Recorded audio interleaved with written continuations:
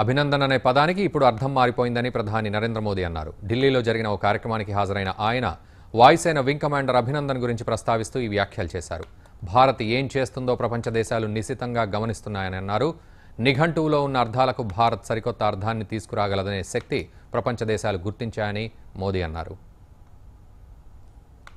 Management इतनी उत्तम हो सकती है तो परमानेंट व्यवस्थाएं तो शायद दुनिया के रूप में एक मॉडल बन सकती है। आप मान के चलिए, हिंदुस्तान जो भी करेगा दुनिया उसको गौर से देखती है। इस देश की ताकत है, डिक्शनरी के शब्दों के अर्थ बदल देता है। कभी अभिनंदन का अंग्रेजी होता था कांग्रेचुलेशन, और अब अभिनंदन का अर्थ बदल जाएगा।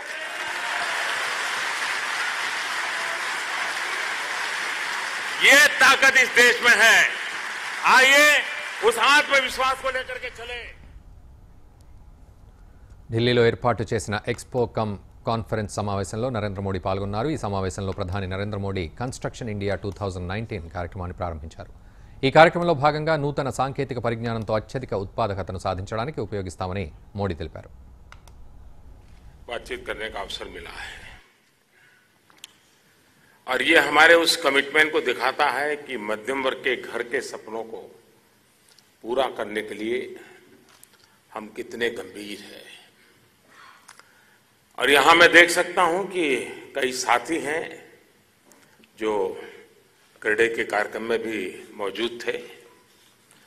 साथियों, तालकटोरा स्टेडियम में मैंने देश के हाउसिंग सेक्टर उससे जुड़े युवा साथियों से कहा था कि वो हाउसिंग सेक्टर को न्यू इंडिया की ऊर्जा और आवश्यकता के हिसाब से गति दें।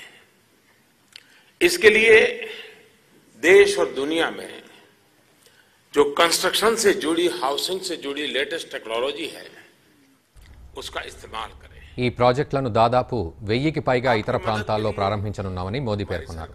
ఈ కార్యక్రమం దేశంలో గ్లోబల్ హౌసింగ్ టెక్నాలజీని అభివృద్ధి చేయడానికి దోహదం చేస్తుందన్నారు. దేశంలో చాలా మందికి గృహాలు లేవని, ప్రతి పేదవాడికి సొంత గృహాన్ని నిర్మించడం కోసం తమ ప్రభుత్వం పనిచేస్తోందని మోడీ పేర్కొన్నారు. तेजी से महसूस की जा रही है। साथियों, हमारी सरकार ने हाउसिंग सेक्टर की शक्ल बदलने के लिए 7 फ्लैगशिप मिशन पर एक साथ काम किया है।